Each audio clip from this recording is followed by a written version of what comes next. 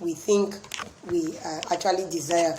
So just as I said earlier, the couples that tend to have communication tend to also be happier together. Why? Because they know when there's a weakness, and they know when strength is needed. So when thoughts and feelings flow continuously and smoothly between partners, it's fun. When your thoughts, my husband, this is actually what I'm thinking, or my wife, this is what I think, it's fun. There's a lot of fun in it. It feels good. When thoughts and feelings flow continuously and smoothly between partners, it's fun, it feels good, and rubs on everyone around you. Because in a relationship where there's so much bitterness, where there's so much pain, where there's so much hurt, everybody around you suffers it. Everybody around you tastes a bit of whatever you guys are tasting in that relationship. So it's very important. It's a vital thing for you to share one another's good times, share one another's fun time, share one another's bitterness. Because when this sharing is continuous, there tends to be a larger space for happiness, for fun, for pleasure in that relationship. So learning these skills takes practice, patience, and tolerance. For you to learn how to communicate, okay, let me tell you about myself. I thank God for grace and for the level of maturity I've got now.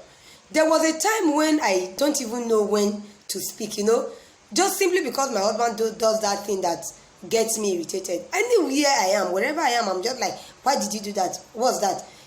Not recognizing the fact that somebody is watching. And I kept doing this thing a number of times. So each time my husband would tell me that I don't respect him, and me, I'm like, how do you want me to respect you? What kind of respect do you want? Is it that you want me to enter inside your mouth or something? I never really understood it until I got to a point where I had the knowledge that communication, there is a way you communicate a thing that even an insult becomes an advice. Yes, the manner at which it's being communicated.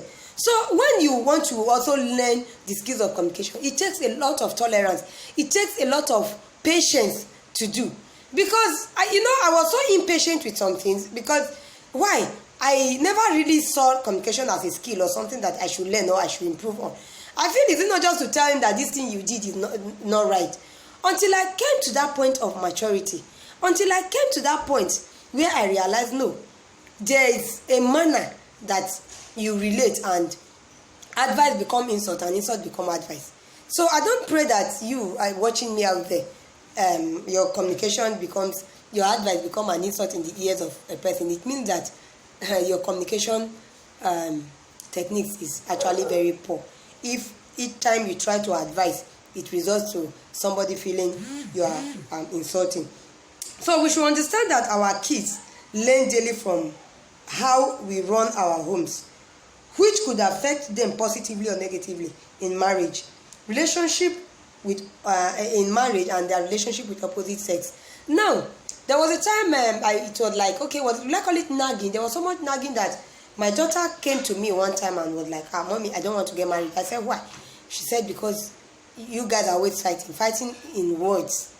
Why? Because there's always an argument. And she was like, this is how marriage look like. I keep telling you that for the fact that I'm a marriage counselor, I grew to the point where I needed to also understand what it takes to be married and what it takes to stay in a relationship. Staying in a relationship is a lot of hard work. It's an everyday thing. It's a continuous thing that you need to keep doing on a daily basis. You just need to continue it. It's not something that, okay, you just feel, okay, I've arrived. Is it not to get married? I'm married now. Now we are in the marriage. No. Marriage or relationship is not just about that. It's not just about you feeling that, okay, I've got there. Because if you are not careful, you are going to send a message, either negatively or positively, to the people watching you, especially we women. Our children have a way of learning from us mothers. They have a way of just copying whatever we do, especially our daughters. They have a way of copying whatever we do, and whatever we do, and they seem to see it as, okay, it's correct, or that is how it should be, as long as my mother, especially when they look up to you as a role model. So when we have communication gap as a mother, that is why in the book of Proverbs, in the book of Proverbs, it says that she doesn't open her mouth anyhow. I think, is it verse 30 or thereabout? When she speaks with wisdom. She don't open her mouth anyhow. She don't just talk simply because she wants to talk. She don't just say words simply because, okay, I am speaking. So communication is not just for you to just open your mouth and just feel, okay, I have said something. I need my Bible. It's not just to say, okay, I have said something, and to you have actually said something. And that something could just sound like foolishness in the ears of whoever you are saying it to. So if as a woman, as a mother, today is Mother's Day. It's not just about being celebrated. Oh, happy Mother's Day. Thank you. Happy Mother's Day. Thank you. Happy Mother's Day. Thank you. And to you, you have achieved. It's also a time when we need to sit down, we need to reflect. And we need to also ask ourselves that as a mother, as a wife, communication I've had with my husband, if I am to characterize it, will I characterize it as a good communication? Will I characterize it as a good communication? Will I characterize it as a communication that is rich enough to build my relationship? Or will I characterize it as a relationship that has actually caused so much pain? You know, every time they say, the woman knows how to talk.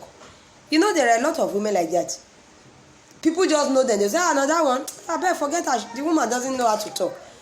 So, if we are to do a reflex today, we are to do a reflection on our life, assess our relationship, evaluate it. Okay, how far it has gone? How is it now? How am I? How far have I gone? Has it got better? Is it improved? What will you say? How much has your communication? How much has your communication built your relationship as a woman, as a wife? So just as I said Proverbs 31 verse 26 says, she speaks with wisdom, and faithful instruction is on her tongue. In other translation, it says she gives instruction with kindness. She speaks with wisdom. You see, I like using myself as an example. You know, recently I just realized, is it actually that easy to mold a man into what you want the man to be? Why? Because I just choose to to an extent, let me stop being selfish. Let me, first of all, accept some part of him. And do you know communication is not only in words? Body language is a communication. Body language is a communication. Eye contact is a communication. Your response, quietness. I am quiet. Quietness is a communication. There are so many, silence. I was telling somebody with this, I said silence is a response. I decide to be silent. I decide to be quiet. Is a response. So it's also a communication. Now, if you want to assess your communication with your husband, so far, okay, let's say you have spent 5 years in your marriage, and you want to ask yourself, if you want to also advise a younger woman, or maybe a woman having challenge in her relationship concerning how she should communicate with her husband, what will you say? What will you say? How are you going to advise her? What are you going to tell her about communication? Because it's what you do that will also make that you, from there, you get something to tell somebody that, okay, this is how I run my own. So if you are to assess yourself, you are to characterize today and say, okay, I've been communicating. How will you characterize your communication to your husband? Are you that woman that simply because he did that thing that irritated you, you can stand anywhere and say, don't do that? There was a time I spoke on one of my videos. I said, you don't correct your husband in public. I used to do that because I just feel, at times I just feel, I just can't wait to leave that vicinity. I just can't wait to leave that environment. I just can't wait to come and correct it later, because at times There was a point I was even using the excuse of I don't want to forget.